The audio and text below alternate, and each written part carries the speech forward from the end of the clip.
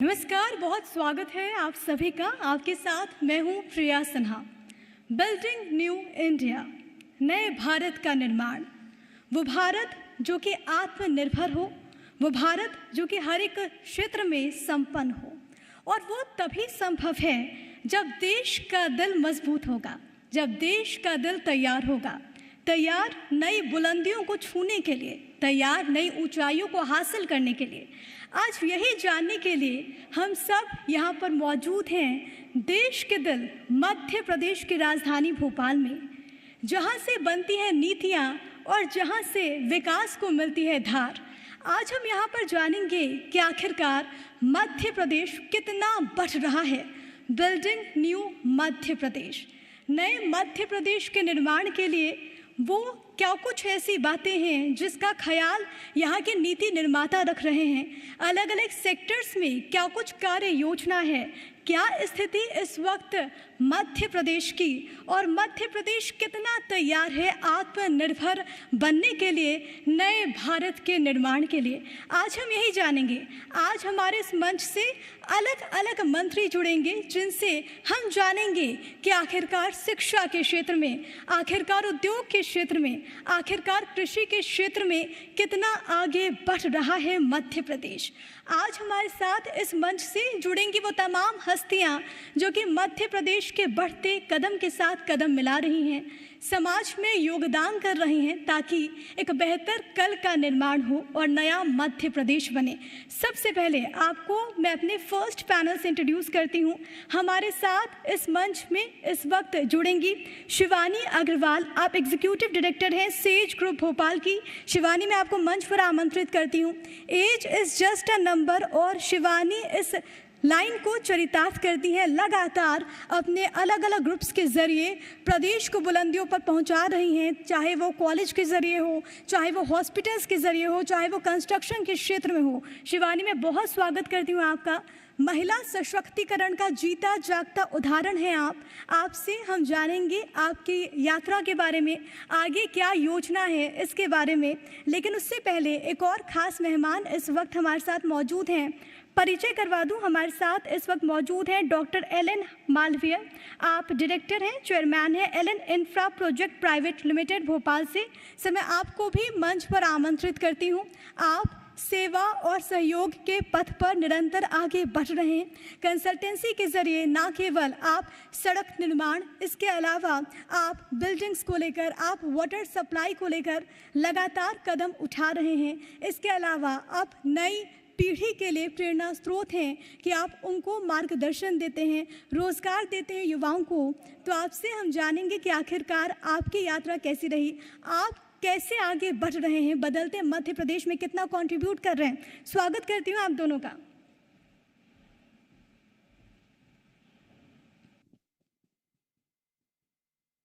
एक बार फिर से आप दोनों का बहुत स्वागत। और सबसे पहला मेरा सवाल शिवानी आपसे होगा। सेज ग्रुप और जिस तरीके से आप लोग काम कर रहे हैं, कोविड के वक्त में हमने चुनौतियों को भी देखा। अभी तक का सफ़र एक एग्जीक्यूटिव डायरेक्टर होने के नाते आप कैसे बताएंगे, कैसा रहा? Thank you so much, Priya, for inviting me here. Thank you so much, Z. And that's a great question actually. मैंने पहले भी जब मैं कॉलेज टाइम से ही मैंने ऑफिस जाना स्टार्ट कर दिया था, और I was taking so much interest because I was doing architecture. तो हम लोगों के जो कंस्ट्रक्शन की अलग अलग प्रोजेक्ट्स थे उसमें I started contributing, but you know as time passed I expanded my horizon in our business. और फिर I went to US for my management course from UCLA। फिर जब मैं वापस आई तो कोविड आ चुका था, 2020 में आई रिटर्न्ड। तो इस पूरी जर्नी में मैंने इतने सारे फेजेस देखे हैं, कहाँ कंस्ट्रक्शन से लेके एजुकेशन में विदाउट स्टूडेंट्स यूनिवर्सिटी और कॉलेजेस कैसे हम लोगों ने रन किए, और फिर अब जब फाइनली बच्चे आ गए हैं तब जाकर मज़ा आना स्टार्ट हुआ है एक्चुअल कॉलेज में। और यू नो यूनिवर्सिटी में जब स्टूडेंट्स का फेस देखो तब लगता है कि यार इस काम से बढ़िया कोई काम नहीं है, you know you are shaping the बढ़िया कोई काम नहीं है। और मुझे एक चीज़ बहुत अच्छी लगी कि आप बाहर गई लेकिन फिर भी आप वापस आई, क्योंकि आपको लगा कि मुझे अपने प्रदेश के लिए, अपने देश के लिए कुछ करना है। बिल्कुल, या बिल्कुल, मैं इस पे आऊँगी, आपसे आगे भी चर्चा करूँगी। लेकिन एलन मालवीय जी, मेरा आपसे भी यही सवाल, क्योंकि जब मैं आपके बारे में जान रही थी, पढ़ रही थी, तो मैंने देखा कि आपने अलग अलग सेक्टर से बहुत काम किया है, चाहे वो राजमार्ग सड़क निर्माण को लेकर हो, वाटर सप्लाई को लेकर हो। आपका अभी तक का अनुभव कैसा रहा? मेरा अनुभव तो काफ़ी अच्छा रहा।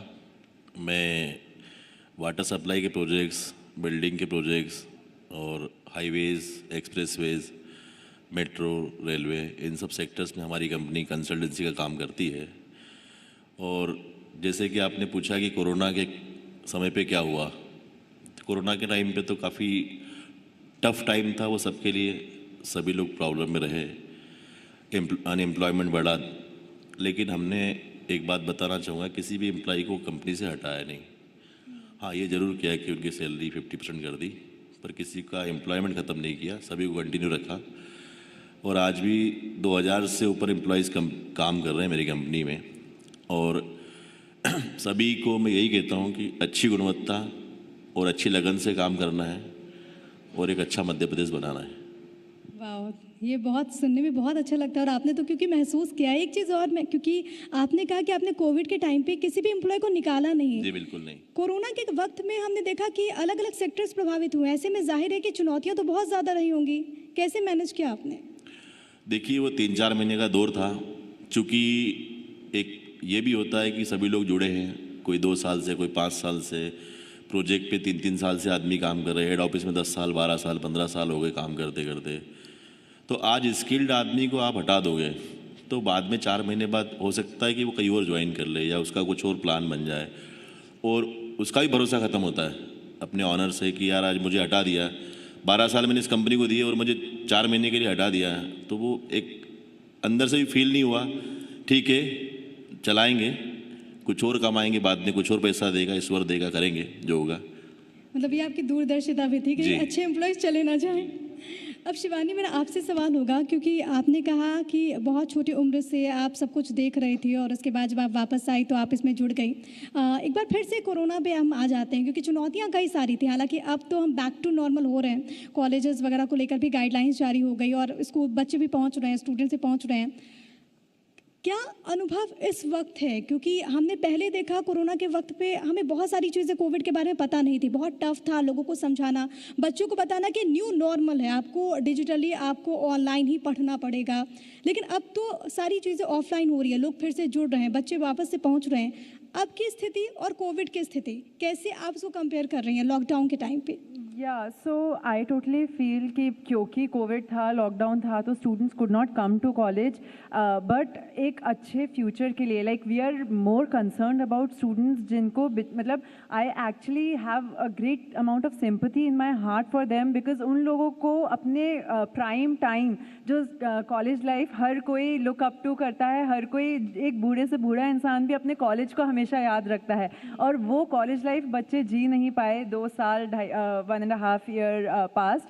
तो उन लोग की जितनी भी एजुकेशन थी ऑनलाइन, आपने भी फेस किया होगा, हर किसी ने ऑनलाइन मीटिंग्स करी। जो प्रोडक्टिविटी ऑनलाइन मीटिंग की होती है वो उससे भी कम प्रोडक्टिविटी होती है एक ऑनलाइन क्लास की। तो हर स्टूडेंट ने 2 ऑनलाइन क्लास ज्वाइन करी, बट जितना उसने ग्रास्प किया उससे कहीं ज़्यादा उसकी ग्रास्पिंग पावर होती है क्लासरूम में बैठकर। तो इसीलिए हम लोग भी अभी बहुत ज़्यादा बच्चों को बोल रहे हैं कि आप आइए कॉलेज आके क्लासेस अटेंड करिए, because that is only going to help them in future. We actually also experimented this in one of our colleges, जहाँ पर हमने जो ऑनलाइन पढ़ाया था उसका हमने एक ऑनलाइन टेस्ट लिया, और फिर जब बच्चे कॉलेज आ गए तो हमने सेम कोर्स का कॉलेज में टेस्ट लिया, एंड रिजल्ट वाज स्टार्किंगली डिफरेंट। तो ऑनलाइन जो टेस्ट था उसमें ऑफ कोर्स बच्चों के ज़्यादा अच्छे मार्क्स आए एज़ कम्पेयर टू जो ऑफलाइन टेस्ट लिया, and the level of understanding that student had in online classes was not up to the mark. लेकिन बच्चों का क्या रिवर्ट होता है? बच्चों का क्या रिवर्ट होता है जब आप वापस वो पहुंचे हैं तो उनकी ओर से क्या कहा जाता है? वो क्या एक्साइटेड हैं इस बात को लेकर? Students are very very excited. Actually students ही हम लोगों को बहुत टाइम से एज अ यूनिवर्सिटी प्रेशर कर रहे थे कि आप लोग प्लीज़ कुछ स्टेप उठाइए, आप लोग गवर्नमेंट से बोलिए कि कॉलेजेस खुलने चाहिए, हम लोग के भी फ्यूचर की बात है। तो हम लोग स्टूडेंट्स से बोले थे कि आप लोग लिखो PMO में मैसेज, आप लोग थोड़ा प्रेशर करो कि स्टूडेंट्स फाइनली कॉलेजेस आ सकें। 2 कैंपस सिलेक्शंस, हम लोगों ने बहुत सारे MOUs टाइप्स किए फॉर स्टूडेंट्स की डायरेक्टली इंडस्ट्री के लोग स्टूडेंट्स को गाइड कर सके। उन लोगों का ये जो 1.5-2 साल का टाइम निकला है वो भी वेस्ट ना जाए, because each and every moment is very precious for students. तो इसीलिए ऑल काइंड्स ऑफ ट्रेनिंग्स कराई हम लोगों ने, समर एंड विंटर प्रोग्राम्स भी कराए for students in this period, so that उनका स्किल डेवलपमेंट होता रहे कैसे भी हो, बट स्टूडेंट का टाइम वेस्ट ना हो। That is what we took care of. ये सबसे ज़्यादा ज़रूरी है, कैसे भी हो इस वक्त का हम सदुपयोग करें, टाइम ज़ाया ना हो। अब मालवीय जी मैं आपके पास आना चाहूँगी, आपने अपने सफ़र के बारे में कहा, लेकिन उससे थोड़ा हम पीछे जाते हैं। अब खंडवा से आए, फिर आप प्रदेश में, इसके अलावा देश के कई हिस्सों में आपने काम किया। शुरुआत में कब ये ख्याल आया कि मुझे तो इसी फील्ड में जाना है? शुरुआत में जब मैंने अपना इंजीनियरिंग कंप्लीट किया था 99 में, तब मैंने देखा कि 4,000 रुपये की जॉब के लिए बड़ा परेशान होना था। अनएम्प्लॉयमेंट उस समय पे काफ़ी ज़्यादा था। आज तो एम्प्लॉयमेंट काफ़ी बढ़ चुका है। आज हमारी सिविल ब्रांच की बात करें तो सिविल इंजीनियरिंग के बच्चे आजकल मिलते नहीं हैं, और उस ज़माने में ये था कि धक्के खा खा के आप आगे जाओ। तो मैंने अभी 2 दिन पहले ही बताया था कि उस समय मैंने इंजीनियरिंग करके जब यहाँ आया भोपाल में, और जॉब का प्रयास किया ढूंढने का। जॉब मिली की भी मैंने 1 महीने, फिर मैंने एक चीज़ देखी, मैंने पहले ही बताया था कि उसमें वहाँ देखा कि वो साइट पे, कंस्ट्रक्शन साइट पे जो लेबर कॉन्ट्रैक्टर्स थे, मैंने इंजीनियरिंग करने के बाद 4,000 रुपीज़ पर मंथ की जॉब कर रहा हूँ, और जो वहाँ पे लेबर कॉन्ट्रैक्टर्स थे वो बिना किसी डिग्री के अपने हुनर से, अपने टैलेंट से काम कर रहे थे, और हफ्ते के 15,000 रुपये प्रॉफिट कमाते थे सिर्फ लेबर लगा के, विदाउट मटेरियल, विदाउट इन्वेस्टमेंट। तो उसको देख के मुझे ख्याल आया कि ये विदाउट इंजीनियरिंग अपने टैलेंट से, अपने हुनर से इतना अच्छा काम कर सकता है और 15,000 कमा सकता है। तो मैंने BE किया, मैं 4,000 रुपये क्यों खड़ा रहूँ, क्यों ना मैं अपने टैलेंट का उपयोग करूँ। तो उस समय पे फिर क्या हुआ कि प्रधानमंत्री ग्राम सड़क योजना स्टार्ट हुई थी। तो मैंने फिर धीरे धीरे अपना वहाँ पे सर्वे का स्टार्ट किया, डिज़ाइन का काम चालू किया। हाईवे का मतलब जो ग्रामीण सड़क थी उसका designing, detail project report, supervision, 10,000 रुपये की पूंजी से मैंने अपना शुरुआत करके ये काम चालू किया, और आज इतना बड़ा साम्राज्य है, लोग जुड़े हैं, 2,000 से ऊपर कर्मचारी है आज। तो वो धीरे धीरे कारोबार बढ़ते गया, मैं अपनी मेहनत करते गया।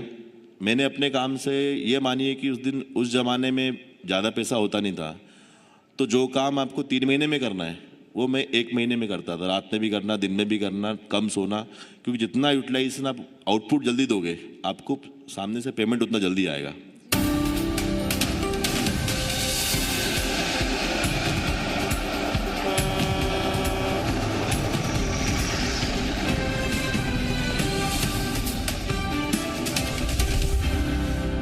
चल के और एक अच्छे मध्य प्रदेश का निर्माण करें। और आपको लगता है कि मध्य प्रदेश बहुत अच्छी दिशा में आगे भी बढ़ रहा है? जी बिल्कुल। आज अगर हम बात करें शिक्षा की, स्वास्थ्य की, और ट्रांसपोर्टेशन और उद्योग, 4 चीज़ों पर कोई भी प्रदेश या देश चलता है। शिक्षा में भी उन्नति हुई है, जहां आज 99 में 7 इंजीनियरिंग कॉलेज होते थे, आज 300 प्लस इंजीनियरिंग कॉलेज है, और आगे भी सरकार 20 इंजीनियरिंग कॉलेज बढ़ाने का प्रयास कर रही है। मेडिकल कॉलेज की बात करें, जब मैंने पास आउट किया तो उस ज़माने में सन 2000 में 7 सिर्फ गवर्नमेंट मेडिकल कॉलेज होते थे।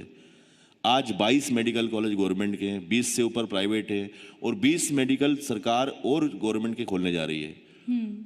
दोनों में उन्नति हुई। उद्योग देखें, आज उस ज़माने में गोविंदपुरा इंडस्ट्री में आप देखते थे मात्र 7 या 8 फैक्ट्री हुआ करती थी आज के 20 साल पहले। आज 250 से प्लस इंडस्ट्री वहाँ है, मंडीदीप बन गया, नए इंडस्ट्रियल डेवलपमेंट कारपोरेशन बन गए, AKVN के थ्रू आज सभी जिलों में आज इंडस्ट्रियल जो डेवलपमेंट और हब बन रहे हैं, उससे काफ़ी रोजगार जनरेट हो रहे हैं। ट्रांसपोर्टेशन को मैंने बता ही दिया कि सड़कें इतनी अच्छी हो गई, रेलवे पे काम चालू होगा। मेट्रो के बारे में आज किसी ने सोचा नहीं था, प्रदेश के 2 शहरों में मेट्रो आ गई, भोपाल में, इंदौर में, और आगे भी प्लानिंग है कि अगला जबलपुर और आगे भी आएगी।